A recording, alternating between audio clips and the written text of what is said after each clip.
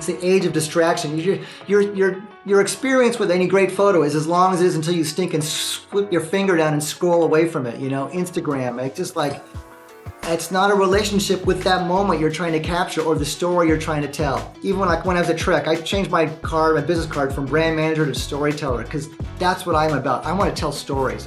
And storytelling, whether it's like Plato or the caveman or Bob Roll, to me, I feel myself in a very small way, just one little minion in this long streak of people who have an ability, maybe, but at least a passion for telling stories. And magazines are the best way to do that to me.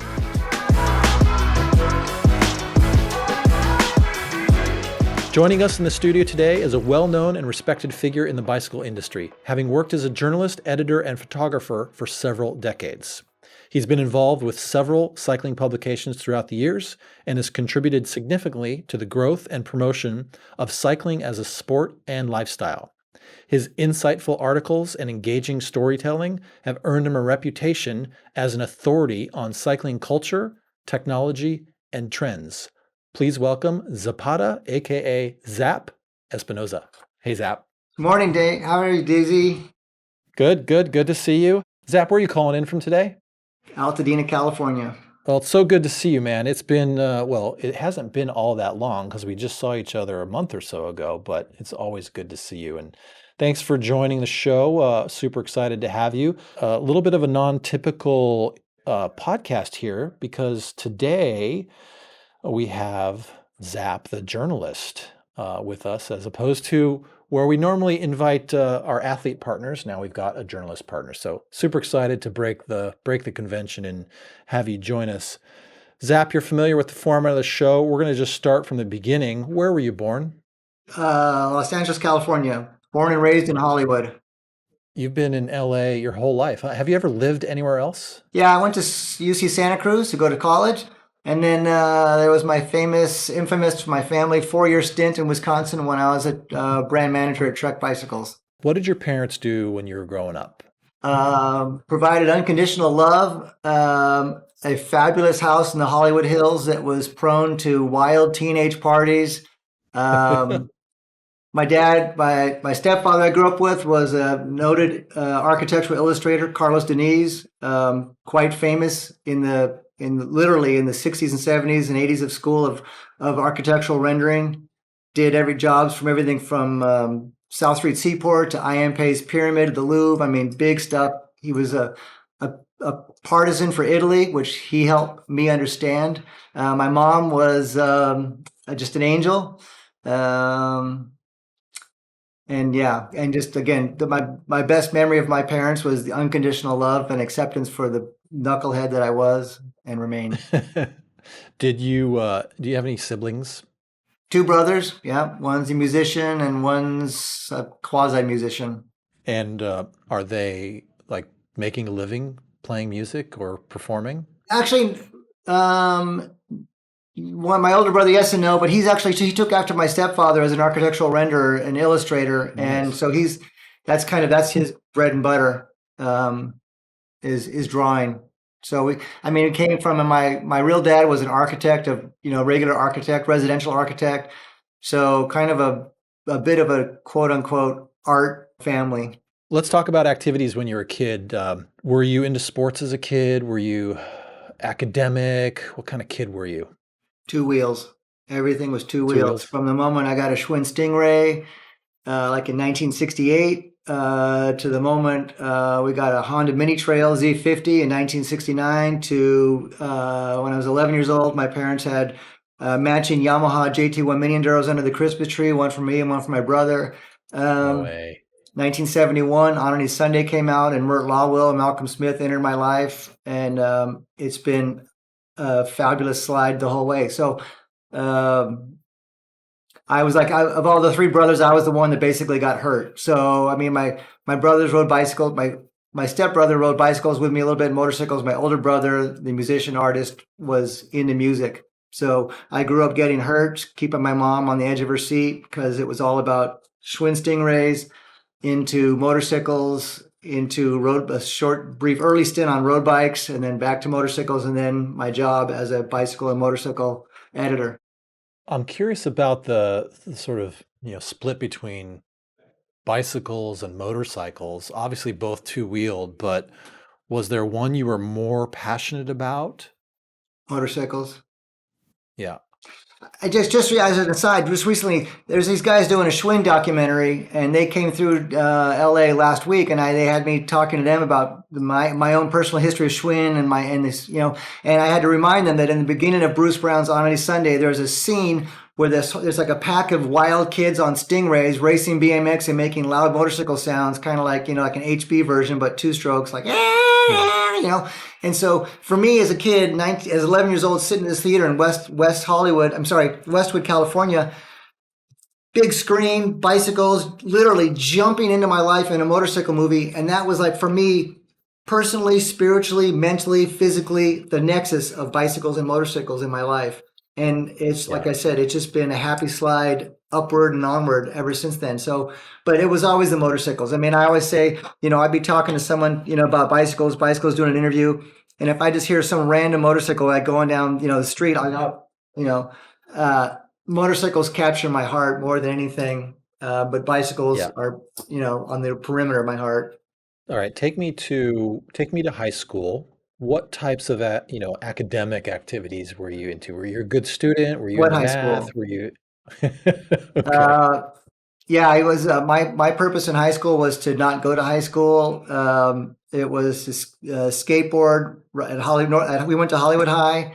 I didn't go very often, and as soon as I could take the test to get out of school to further my what I was, my hopeful career to be a motorcycle racer. See ya. Um, Throughout school, elementary, junior high, and high school, the brief stint in high school. I mean, I guess I was a little bit proud. I was a bit, troublemaker. I was just thinking at Chermoya, I was the first kid with my stepbrother to have long hair. They tried to get us kicked out for having long hair, like really long hair. Um, and but I was a bit of a troublemaker because I don't know, just whatever. School was not big for me at all. It was about, going down and meeting girls and talking about bicycles and yeah. What you said something about being a motorcycle racer. Was that was that your dream? Was that your fantasy? Yeah. All right, so you finally passed the test to allow you to graduate high school, and what's next? Did you pursue that path, that vision to be a motorcycle racer? I got a job at a motorcycle shop, Cole Brothers Suzuki in North Hollywood, California. And so I was like on my way. And then, it just got to the point where, I got to this point in 1979, had a super bad crash, and I crashed a lot. But this one crash, it scared me. And I'd never been scared from any of my crashes before. So it was just like the one crash. I'm like, you know what? And I knew internally, like deep down inside, as much as I tried and wanted to be a pro racer, I'd been racing pro level races locally. And they were just so good. It was like just like bicycles. It's just like the difference. You want to do something, and there's the difference between being a fast expert in Orbit National, formerly Orbit Nationals, and a pro class. It's just day Yeah, and night. And so I sort of yeah, just finally, I'm like, you know what? This is not going to be my career. So I finally listened to my mom and went to school. Yeah, got it. Before we talk about that, Zap, let's just clarify the type of motorcycle racing you were into. motocross. There's only one type, motocross. Really? MotoGP doesn't exist? No, it does now, but back then it was there was only motocross, Roger DeCoster, Bob Hanna. In Southern Yeah, California, again, it was this huge thing. Again, along with the Schwinn story, the motorcycle thing just super influenced the BMX thing. So then Yamaha came out with that janky, stinking full suspension motorbike. But we were all Schwinn. We had a club, the Schwinn Sliders, and we were all about trying to emulate everything to do about motorcycles with jumps and everything. And then Yamaha sponsored the Yamaha Gold Cup races that my brother qualified for. I didn't win a race, but I was racing BMX on almost early OG class, races out here: Yarnell, Randall Ranch, Saddleback Park. So I got a factory ride with a company called Prince Bicycles for a while, for about 8 months. oh yeah, So we're just racing up and down BMX, California, everywhere. And but the whole time it was just the motorcycle thing was always the big dream for me. yeah. And it still is, right? Motorcycles still have your heart, right? Absolutely. and my Yeah, daughter. for sure. Um, so your mom convinces you, she gets to you and she says, "Hey, Zap, you know what? You really should, further your education here. You know, you're not advancing as a motorcycle racer. Let's do something else." What was that seed that she planted? What did she say? I don't know. It wasn't. It was like, aren't you tired of getting hurt yet? And it was a lot of it was. I mean, she didn't was never. I mean, she supported me, and the bet did they, but they weren't a racing. I didn't come from a racing family. It was all I was. They were his kind of like petite bourgeois family up in the Hollywood Hills, and they were all wine, and she was a great cook and going to Europe. I mean, that's what that was. I'm definitely an upper middle class kid. And so for them, I mean, they would come out once in a while, but they were not like, hanging on the fence, drinking Coors beer and, wrenching on my bike. Not my Right. family. Um, so I went to first, I mean, I was still, again, I went to become, I got a Associate of Arts degree as an art major because I went to junior college first because I had no grades to get into a college. I mean, there was just no high school record to call on. So I had to get an Associate of Arts degree at Valley College first. So I was an art major, but I was really into politics. And then I got accepted to UC Santa Cruz. And so I went there initially as an art major, but I'm like, you know what? Art's not enough because my art was like kind of politically inspired art, like the whole Dadaists and Marcel Duchamp and all that stuff. And um, so by the time I got to UC Santa Cruz, I was a politics major from that point on. Santa Cruz is a pretty cool town, pretty cool growing up in that era too. Did you ride motorcycles then? Did you ride bikes? I mean, the mountain bike was just coming out then, right? Yeah, I was on the road bike club. I was in the road bike club, and I remember going to the local bike shop, just getting parts and stuff. And I remember like one time walking in the bike shop I went through, and there was a mountain goat there, mountain goat mountain bike, and it was this camouflage thing, and had it was just like the most bizarre thing in the world. I remember like looking at it, and I was like, wow, what is that? But it made no sense to me whatsoever. It just didn't connect with me at the time at all because I was then really kind Yeah. of into road bikes, to be honest. Yeah, yeah. So yeah, the mountain bike thing didn't come for me until much later. Did you graduate from UC Santa Cruz? Yeah, And then what'd you do? DZ, you're picking on me now. I spent a futile year in law school because everyone said, for the politics major, you can't do anything in life, but if you go and get get a law degree, you can do everything in life. So, despite my own personal interest of not wanting anything to do with being a lawyer, because they look at life through winning and losing, and I didn't necessarily look at life through like that lens. Uh, Went to law school, Southwestern Law School down here, and just flamed out fabulously. It was like this implosion of failure. Um, and it just wasn't meant to be, I mean, I remember like my first thing in moot court, literally moot court, where it's like their first year thing, and they spent the seniors that were up on the judges up there. They spent literally like the first 20 minutes talking about the fact how surprised about what I wore the day because I wore this bitchin' Johnson suit from London I got, but I was a bit of a spectacle at law school again, nose rings and blah blah blah, and these shirts that were like I was coming out of this whole punk rock thing. So I Yeah. was a bit of an incendiary device at the law school amongst the majority of kids who are very staid and, they're all focused on being a lawyer. It just, yeah, I studied so hard, and it was like oil and water. It just was not meant to be, and just failed spectacularly. Okay, so with that, career path out of the way, did you always have sort of in the back of your mind this idea to become a writer or a journalist? No, but when I was in Santa Cruz, I was actually making my own magazine, kind of coincidentally. I was like totally into politics, so I'd be down at the Kinko's doing a Xerox magazine, all about politics and politics and politics, and and a lot of punk rock stuff. Um, and I kept in touch with Jody Weisel, who was the editor of Motocross Action at the time, because I had known him from my early racing days, and I would go down to the Safeway and get a Motocross Action every month, and I'd just tear through it, and I would write these big, like handwritten 2-page critiques of the whole magazine, like, oh, you need to show more privateers, and why was this? There's too many ads, blah blah, this whole thing. Yeah. And so after I got out of law school, I had no life. I went on tour with my friend Paul. He was the singer for a band called Wasted Youth, and we went on the national tour. And I was the road manager because I was the only responsible one of the bunch of these punk rock miscreants. And and then that didn't work out. So they were just a bunch of idiots, and that's a whole nother sidebar. But anyways, flew home early because it just was not working out. And then literally at a dusty motocross track in Paris, California one day, and the moment that changed my life, that made everything about my house, my daughter, her call, everything in my life, every level of my happiness, tap on the shoulder. And it was Jody saying, "Hey, we just started this mountain bike magazine. Would you want to come and work for us and, do motocross action too?"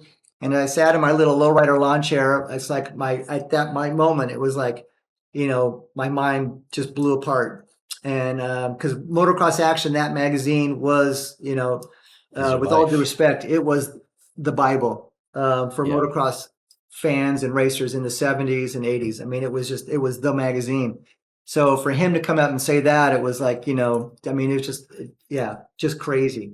So you said yes. And so you were there from the beginning with mountain bike action. Yeah, Dean Bradley had already done one issue, a standalone, because it was like this very, very beginning. And he pitched the idea to Roland Hines, the owner of High Torque at the time, and said, "Hey, can I do this standalone magazine?" And they did it. And, it was, and Dean Bradley, who continues today, have just a great former industry player, but he's a fabulous photographer with some of the best mountain bike history photography ever. He did the one shot and then he split. And then they decided to keep the mountain bike thing going with Jody and another guy named Ed Arnett. And I came in just to kind of like, mountain bikes, yeah, whatever. I'm here for motocross action. You've transitioned since then, right? I mean, so you did double duty. Tell us about that. And at what point did... Double duty... And I remember specifically asking Jody, because then Ed Arnett left. He was the editor of Mountain Bike Action, and I was the Grom. And I remember one day I asked Jody, I'm like, "Hey, with Ed gone, does that mean I have to be the editor of Mountain Bike Action now? Like, was there like some natural level of ascension?" And he's like, No, you don't have to. You don't have to be the editor." And, I was just like, whew, thank goodness. So they flew out this guy from Massachusetts, this guy named Todd Smith, to be the editor. He was also a motocross guy, but they flew him out to be the editor of Mountain Bike Action. And so together we drove up to Mammoth for the National in 1987. And I'd already been going to the races and everything and stuff. But in 1987 at Mammoth, I met Ned Overin, Lisa Muick.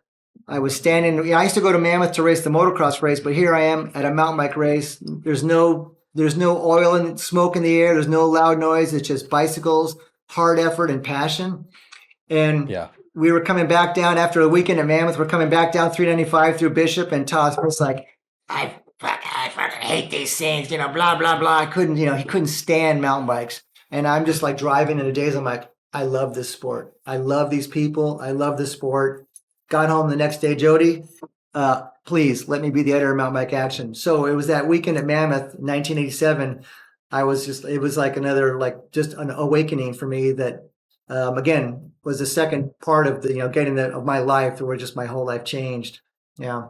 87. So same year SRAM was founded. You jump in with both feet into mountain bike action. And you were were you sort of wearing three hats? You were chief editor, you were tech editor. I mean, High Torque, they're not very formal about it. It wasn't like Rodale where you have to have your tech editor, your assistant tech editor, your copy. I mean, we, at High Torque, it's a very much a DIY thing. So you have to get a camera, you have to have a pickup truck and a typewriter. None of it's supplied. And I mean, when I got started in '86, I was getting paid $12,000 a year. And I had to buy my own camera, my flash, my battery, everything, truck. And then Jody and I, there was a time when Jody and I, we did for 12 issues a year for each magazine. We both did, there was a spate of time where we did both magazines, just ourselves, everything. And Jody was, he was a hard ass, but it's like, he was just so devoted to the cause of being a communicator of motorcycle and bicycle information. And we were hard at it. I mean, it was a tough go, And again, it's just sorry, but that's when I hear, kids today, the kids today, complaining about how hard, they got no clue, It's just like, it's so easy now. The job is so easy to begin with. So that's one of my pet peeves. Journalists, bicycle industry journalists who complain about their job. Hit the road, Jack. Just, yeah, no, zero patience for it because it's the greatest thing in the world. I mean, if you love bicycles, this is a job to have where you can actually talk about bicycles all day long and get a bunch of free shit, right? It's just like dream come Yeah. true. Zap, how long were you with mountain bike action in that first, incarnation? Yeah, the first stint was until 1993, and that's when Rodale came calling. They'd actually came calling in like 91, and I said no because they had Mountain Bike for the Adventure that had turned into Mountain Bike magazine, and it was super lame. And I think, easily, they saw the amount of money that Mountain Bike Action was just like making money hand over fist because we were, as much as many bike brands in the bike industry, SRAM, didn't have a good feeling for us because of some of the things of our opinions and what we're saying about the product. They were making a ton of money because it was like, again, with all due respect, it become, people said it, the Bible of mountain biking, right? Because we were hard at it. We tested stuff. We were honest. We didn't stink and, oh, this is a great, it had nimble handling or something, I mean, it's like, no, we called it like it was. We broke a lot of bikes, and we had John Tomac as a cover boy and we were into racing, and so that was like those early days that racing did so much to define the direction of the sport. So I went in 93, they finally hired me at Rodale to take over their mountain bike magazine. And I was there till 2003. So 10 years with Rodale. Do you remember that phone call? Who was it that called you up and tried to recruit you? Dan Capel was there, because I mean, I was kind of weird. I mean, all those guys at Rodale, nice guys, but I mean, they were, kind of meek and mild mannered and just, I mean, from what Dan told me, Dan Capel was a freelance guy. But he lived here in Hollywood with me and he told me that they were basically afraid. Everyone was afraid to call me, because I had some kind of like fear factor of like, oh, zap, zap, zap. So whatever. But Capel was a second generation mentor to me. And he called me, and then Chuck McCullough, who was the publisher at the time, solid dude. He flew out and, my wife and I met him at a little hotel out by the Burbank airport. And I was looking to the garage yesterday. I just found my contract with those guys. I was kind of curious, but yeah, they hired me and that was a big deal. It was like on the cover of Brain, it's like Zap leaves, blah, blah, blah. It was like, it was like this kind of celebrity thing, small C celebrity thing. And so I took over that and then just had a good time, just kind of really tweaking those guys in Emmaus, Pennsylvania, because they were like, and then tweaking the guys at Bicycling Magazine. I mean, I was like this kind of like this devil child compared to them, I mean, again, good guys, but just their version of journalism and getting involved in the sport, two different things, I'd go to a race and it's like, if they say, oh, we'll hire a photographer to follow you around. I'm like, photographer's like, what are you, crazy? How much money it's going to cost? No, you do our own photos. But Rodale back then with bicycling, I mean, those guys had it so fucking easy. It's just like, they would do like, I mean, they contracted me to do like, I had to fight to do more pages in the magazine. Like the contract was to do 12 pages a month. And I 12 pages, I'll do that in my sleep. Are you crazy? It's just like, yeah, those guys were pretty soft, super well. They're bike guys. I will never take that away from you. They're bike guys, but they were pretty soft. And they just, they're used to a Rodale lifestyle that had more to do with luxury than more to do with being in the trenches, Well, you lasted a decade there. Were you working on both mountain bike and bicycling, both publications? Yeah, I mean, not so much. I mean, I remember, I kind of like, it was a big deal when they closed down the SoCal office. It had Jeff Drake and all those Scott Martin, all those guys, and that was like, kind of like, to me, I was kind of like, yeah, gathering scalps, it was kind of like, and then they brought it down here and they had the brilliant Garrett Lai run the SoCal office. Oh yeah. I mean, because like I remember Chuck went to the SoCal office one time and it was like I never even went there when it was there, but they had like some like big grandiose fountain, glass marble, and it was like this fancy thing. And he would come to our North Hollywood office that was like freaking toilet compared to that, right? I mean, it was just like I spray painted the walls, I had jerseys on the walls, all these punk rock posters. It was just this, like chaos, right? And it was just like Pee Wee's Playhouse, but for bike dorks. And I think Chuck just deep down inside, he kind of pushed me a little bit because I think he liked himself, was sort of like me because he knew I could like needle the other guys that, So a decade with Rodale. Tell me about 2003. What was the next move then when you left Rodale? Well, they brought this stinking wanker from Maine or somewhere back east. I don't know, like Jay something or other. I won't say his name, but anyways, they, it's when, things were changing and they brought this guy on and he was like, the magazine guy. And, the guy was a knucklehead. I mean, he's just like, just this arrogant, overeducated guy that thought he was like, had this magic wand for magazine success, knew nothing about bicycles. They brought him in and he started firing editors at all the magazines, right? Like at Scuba and Backpacker. And like, he was just like fucking putting, just between me and you, can you edit the cussing or does the cussing go in? The cussing will stay in. I love you.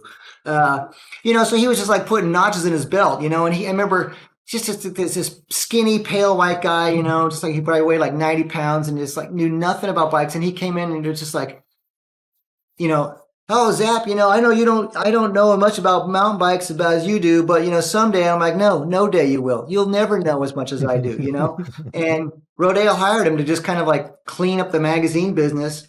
And I remember I was like fighting him on everything because he had this like, at the Sea Otter one time, he accidentally rode away on Ned's bike from Specialized. It was his stupidity for not knowing Ned or knowing what Ned's bike looked like. For him, it was like a celebration of ignorance. And he wrote this huge story in the magazine. Oh, I'm so, trying to like intro him to the bike industry. And I was like, dude, you're introducing yourself for being an idiot. Everyone know that was Ned's bike. It was just because you were getting a loaner from Specialized. What were you doing touching his bike, It was like this constant friction. I remember one time I was back there because I would fly back every month to close the magazine because I didn't necessarily trust what they were doing visually and how they put the magazine together. And I remember having this meeting with him and he's like, Zap, why are you fighting me on everything I want to do with this magazine? And I said, because that's my job. I'm the editor of this magazine. This is my tribe. And you're coming around mucking things up with these stupid ideas about just watering it down more and more and more and more. Next thing you know, hit the road, Jack. And he flew out and I saw it coming. I'm like looking out the window of our North Hollywood office and I'm like, oh, that's funny. He's like bringing some lady with him. And I just didn't put two and two together until literally anyways. Yeah, they both walked in. He said, hey, you're done. See ya. And he goes, so you have like 40 minutes or something, you have like, take some time to clean up, take your personals out of the office. And I'm like, dude, this is my fucking office. This has been my home. I work a lot of hours, with Matt Phillips and Jason Thorpe and stuff. But that place had all of my stuff everywhere. Jersey collection from over the years, my bags hanging from the ceiling. And it's like, it'd be quicker for you to take Rodale stuff to get out of here than it's going to take me, So that was kind of a drag. That's a bummer. But, like they say in life, right? Everything happens for a reason and you moved on and you kept growing. What was next? Well, that was in like August of 2003. And in July of 2003, this crazy marketing director for Trek Bicycles, Dick Moran, had tried to hire me. And I remember we were out in his, it was this kind of crazy night before the Truck 100 and with Greg LeMond and getting lit, playing these like this game he had where he had this little brass ring on a string. Anyways. Oh yeah. I got the $20 bill. I won $20 off of LeMond that night. It was sweet. Anyways, over the course of that weekend, he offered me a job, and it was just before the Crested Butte Fat Tire Festival, or going up to Crested Butte. And I remember, and he offered me a job to be the director of market, a brand manager for Trek. And I remember thinking, I'm like, man, I got the greatest job in the world. There's no way I would ever leave, And like little didn't I know, like within like 4 weeks, done. So I sheepishly called up Dick Moran and said, hey, is there anything that chance that job is still open, And he said, yeah, but you got to be here before the snow falls. And this is like, September. Oh, and I know he had also at that Truck 100, he invited me and my wife Ronette to go on it. He was trying to like win me over, eh? So he said, hey, why don't we take you and your wife on a truck travel trip to Italy? And I was like, heck yeah. Now you're talking. Unfortunately for him, by the time I got to go on the trip, I was no longer the journalist he was trying to impress. I was now like on, as a quasi Trek employee, but we still got the trip out of him and it was a great time. Made me understand Trek bicycles a little bit better. Their corporate attorney, Bob Burns, was a fabulous guy. And I had, I remember telling my daughter, my wife and I took my daughter Dakota to our favorite Mexican restaurant where every family decision was made at El Chavo. And I said, Dakota, over our, not her margaritas, but our margaritas and the chips and salsa. And said, we're moving to Wisconsin. And my dear daughter just like started crying and bolted from the restaurant. Not good. Ooh, But, ooh. he said be there by the time before the snow falls. And that's what I was. So I left and they came out the following June after school. After school got out, and we were there for almost like 4 years. Quite a different career path, right? Different responsibilities from being journalist to brand manager. Tell us about your time at Trek. Was it Wisconsin? Was Wisconsin the hard part? No, Wisconsin was for me, Wisconsin was a great part. The wife and daughter just zeroed out, did not like it. There's socially, culturally, it was just not part of our milieu. And so, but for me, I love Wisconsin. I came up with a state motto: every day a postcard. I should have licensed it, because to me, every day, every moment I'm driving in Wisconsin, there was something so beautiful. Every day a postcard in Wisconsin. And it was Yeah, being, yeah. like I said, in LA, we're at the end of the food chain. Everything's plastic wrapped and in cups and blah, blah, blah, blah. You go to Wisconsin, you're at the beginning of the food chain. We'd be doing these long road rides, and there's like, the cows and the fertilizing the corn. And I mean, it's just like, it was just spectacular. Yeah, but you were traveling a lot, I can imagine, and Yeah, the yeah. family was stuck at home, right? Yeah, that's true. Yeah. And, that was and then we had the whole Lance thing going on then, which was like its own craziness and fabulousness. Yeah. But it was tough, and I mean, because I didn't, it was strange, because when I went to Trek, I realized it's less a bike company and more of a business company. We had the first time when we had the Trek dealers come to town. I mean, it was so alien to me, that like so much of our attention to detail was on promoting the business side of Trek in terms of dealer financial support, dealer insurance, dealer, and I'm like, yeah, well, what about the bikes? What about Travis Brown? It was not as bad as me in law school, but it was definitely a rough hoe to pull, right, for a while. Why'd you ultimately decide to leave?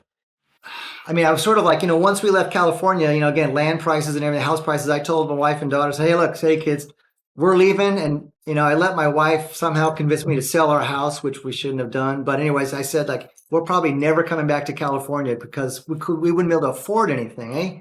Right. But one day it was like, I'm heading down. It was right before the Trek dealer meeting in Madison, and Rob Metzger, the ad guy from Motocross Action, called and said, hey, we just lost an editor for Motocross Action.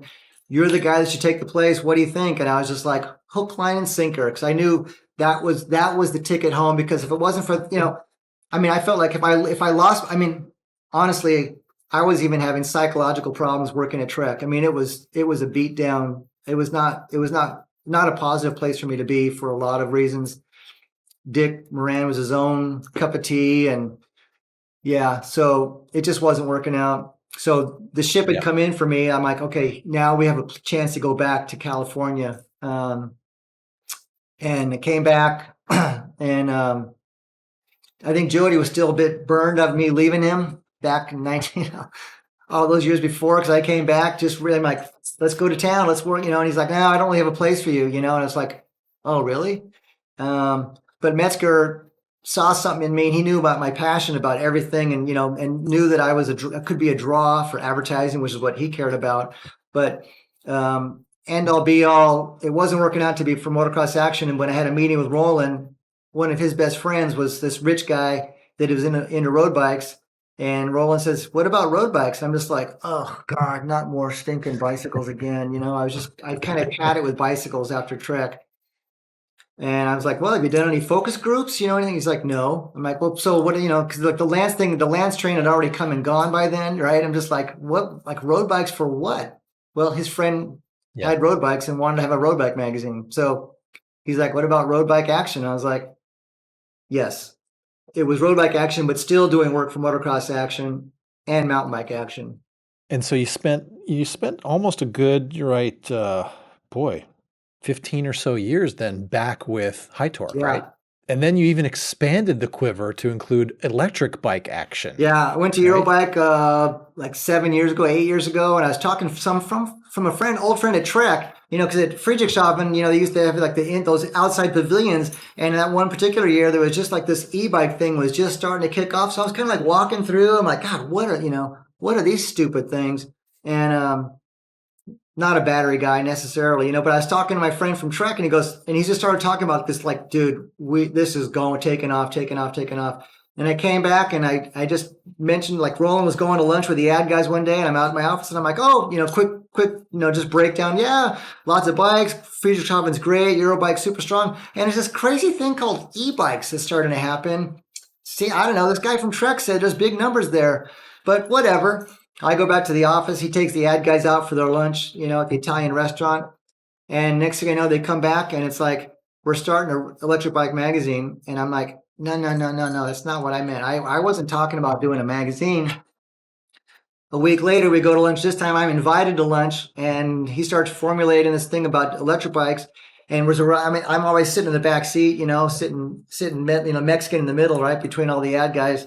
And they're talking about doing the e-bike magazine and who's going to do it. And I just know, I was like, Roland, the guys at Motocross Action, the motorcycle guys aren't going to care one whit about this. The guys at Mountain Bike Action, too stinking lazy. They won't do any extra work. They hardly do their work anyway. So it's like, I'll do it.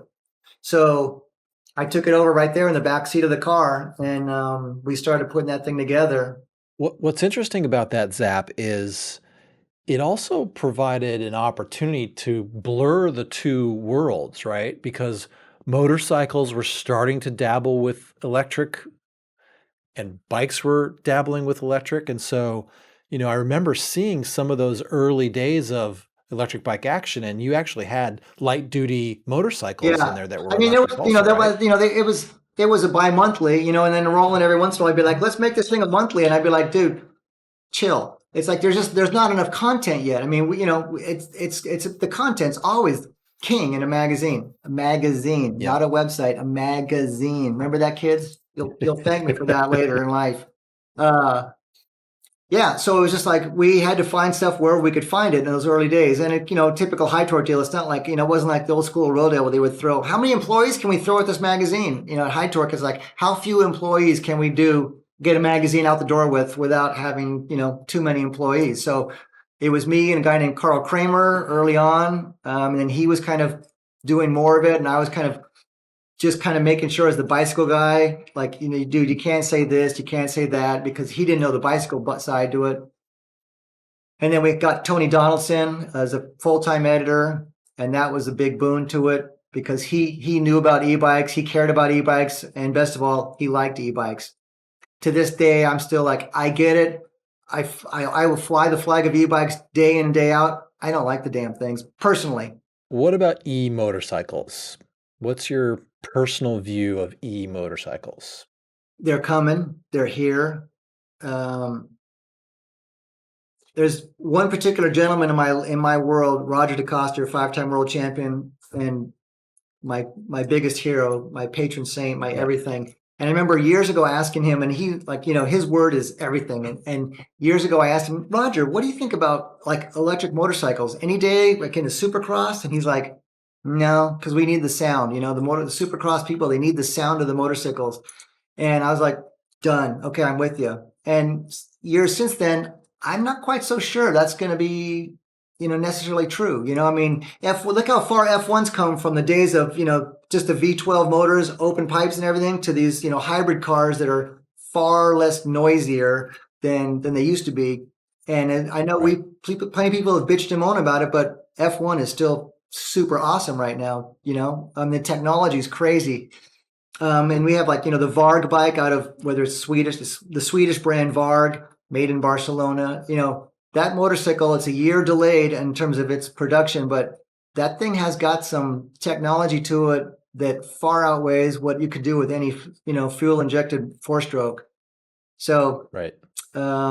It's going to be a while, but it just every day, it's all about batteries. And it just, at some point, just like having to embrace, I remember I used to be a point on my cell phones will never make it.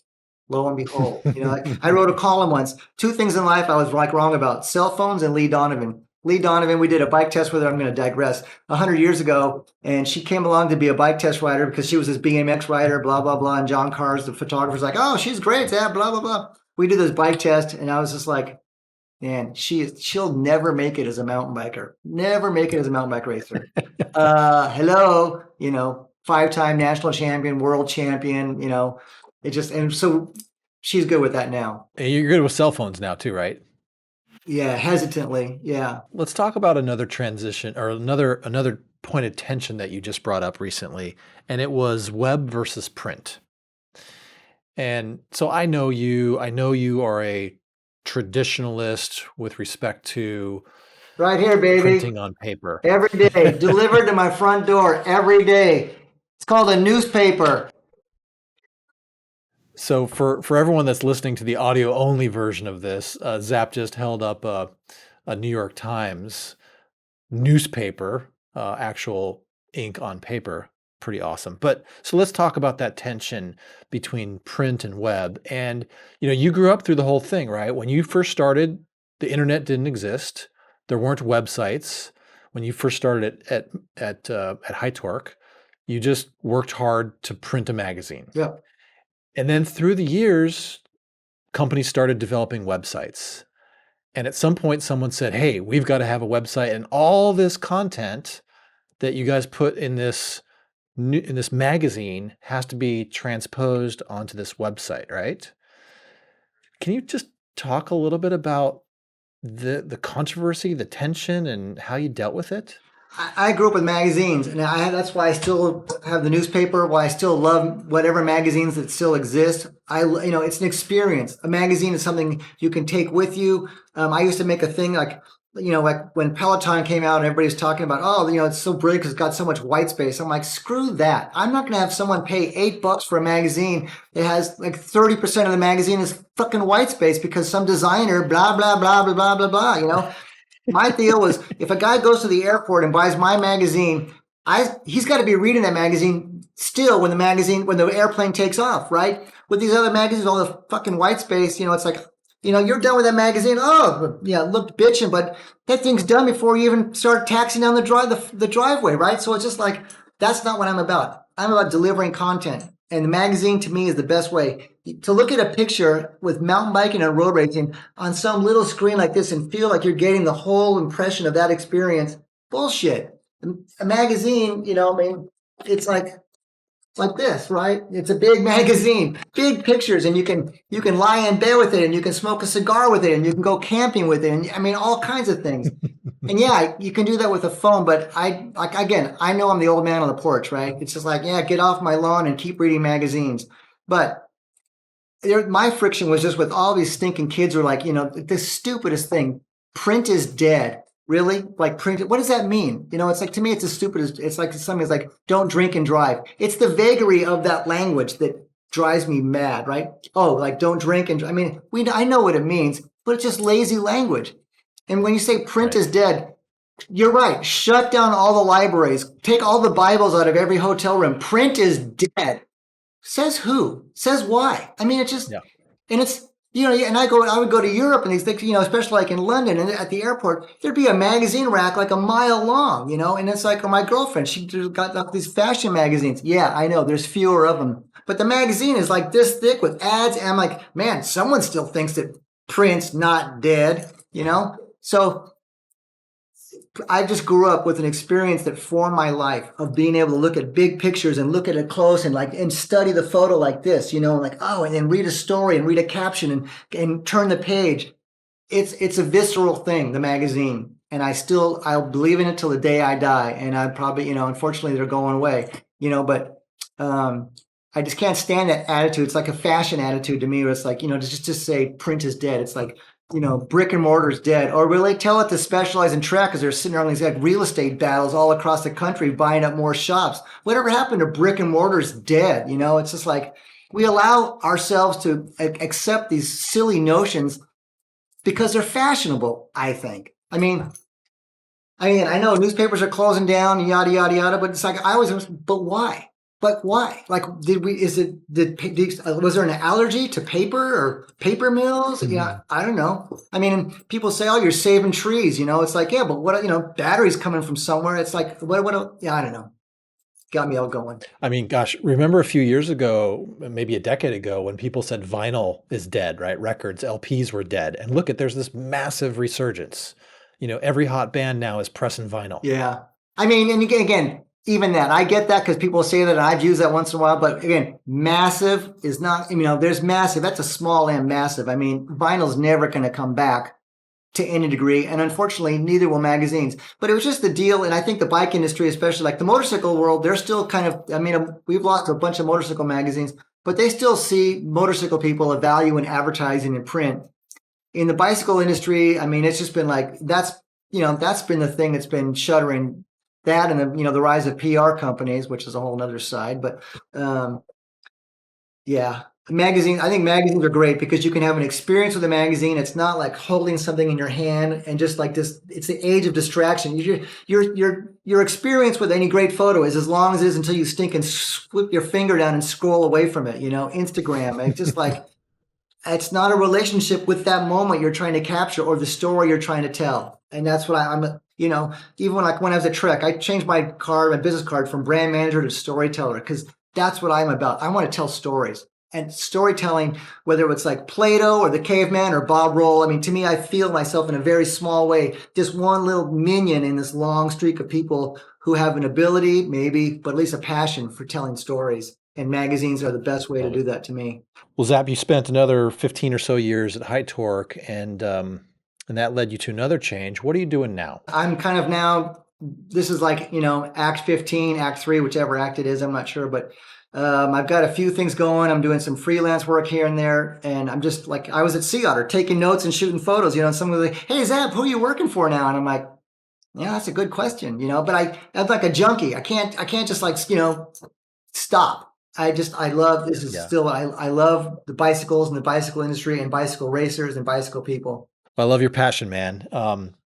Let's change gears a little bit, like the title of the show says, and let's talk about some other things that you care about. Because I know in speaking with you and knowing you through the years that you care about a lot of things on the bike, but also off the bike. Let's start in the bike world and then go outside of the bike world. Let's start with, first let's start with People for Bikes. What is it about People for Bikes that resonates with you, and what's your involvement with that organization? The name of the organization is just so perfect. People for Bikes. I mean, it's just done, And for a long time, I was sort of down on it, not down on it, but it was kind of more like an industry thing, and I felt I was aggravated some sort because I thought they weren't doing a good enough job being People for Bikes and making it more mainstream and really trying to push it through dealers or however to really get people. And it's like, if you buy a bike, you have to have it's like a driver's license. You have to be a member for People for Bikes. I mean, I don't know how that could happen, but I mean,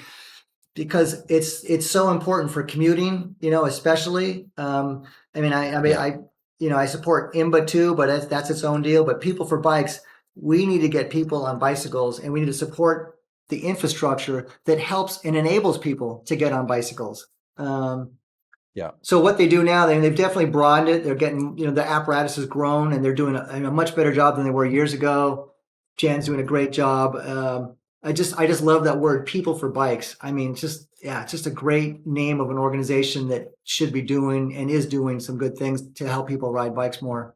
Now, I know you're also involved with the Mountain Bike Hall of Fame, right? Yeah. I was inducted in 1995, and then since then, the last couple of years, I mean, we've been on the induction board. So it's like me, Steve Blick, Hans Ray, Otis Guy, handful of others, and each year we pour over, nominees and weigh them, and because that's part of the history. And again, I'm big on the history. Like my ongoing column in Mountain Bike Action was just like, I call it Back to the Future, because I just want to remind people the importance of the mountain bike history that got us to where we are now. Because I think I always say, like, every American knows something about George Washington, but there's hell of a lot of mountain bikers out there that don't know anything about Ned Overend, and that pisses me off. So, or the technology, I mean, we take it for granted that every bike's always had 6 inches of travel that you can think about it, and it shifts. I mean, you guys are the head of this thing in ballpark in terms of the suspension stuff and the shifting stuff. But there was days, when. Guess what? We didn't have 6 inches of travel with a dropper post and electronic shifting. It just your role as part of the team that basically selects people. Does that happen once a year? Yeah. Every other year? How often does it happen? Every year. And we just picked our nominees for this year, and then we're already like fielding offers, and we get people, and just, people hit me up saying, hey, can you nominate me? And it's kind of a hard process because there's some people like I remember like Dan Capel, we need to get Bob Roll in the Mountain Bike Hall of Fame. I love Bob Roll. If I could, I'd tattoo a picture of his face on my ass, right? But it's just like, no, Bob Roll doesn't belong in the Mountain Bike Hall of Fame. He He's a came roadie. this Team Z with Le Mans, and he did soft ride and off road, and he was again a spectacle and a great personality. Doesn't belong in the Hall of Fame. So each year, we do these roundtable discussions. The Otis guy from the Mountain Bike Hall of Fame runs, and it's it's tough in terms of getting who people think need to get in and who people think we shouldn't get in. There's another great activity that you're involved with called the NOSCO Ride. Tell us about that one. It's a local deal, but it actually has had worldwide implications because a couple of years ago he did a thing with Strava and made it like you could plug in anywhere. But Jack Nosco is a one man army of goodwill and charity. And his brother passed away in a car accident years ago, and Jack's own personal way of dealing with that tragedy was to ride his bicycle up and down the hills in Santa Monica Mountains, which are notoriously steep and long. And then he started a ride, and the first year he had like 7 people.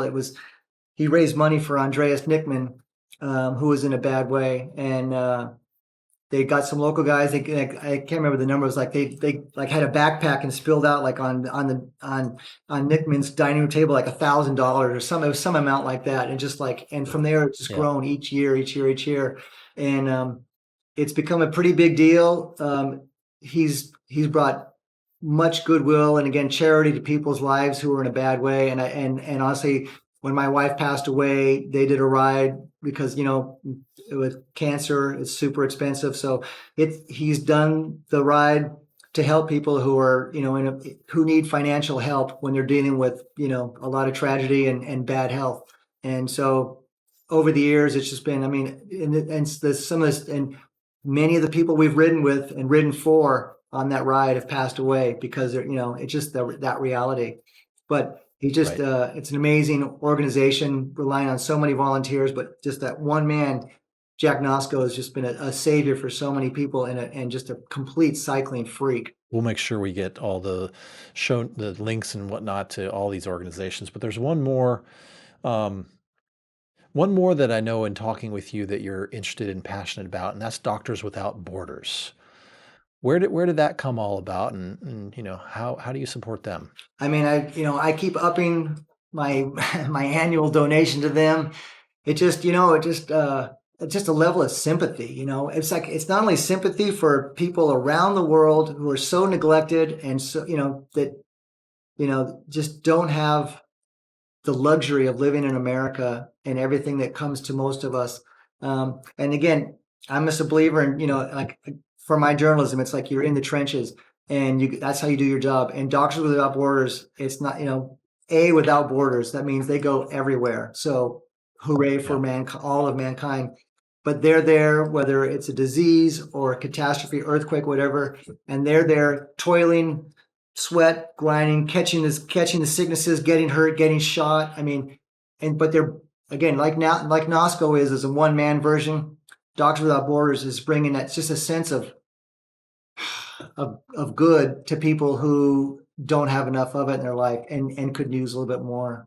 So I just really appreciate the job those guys. Just watching the news one time years ago, it's like I hear Doctors Without Borders, and Medicine Sans Frontières, and it's just people doing good work for other people.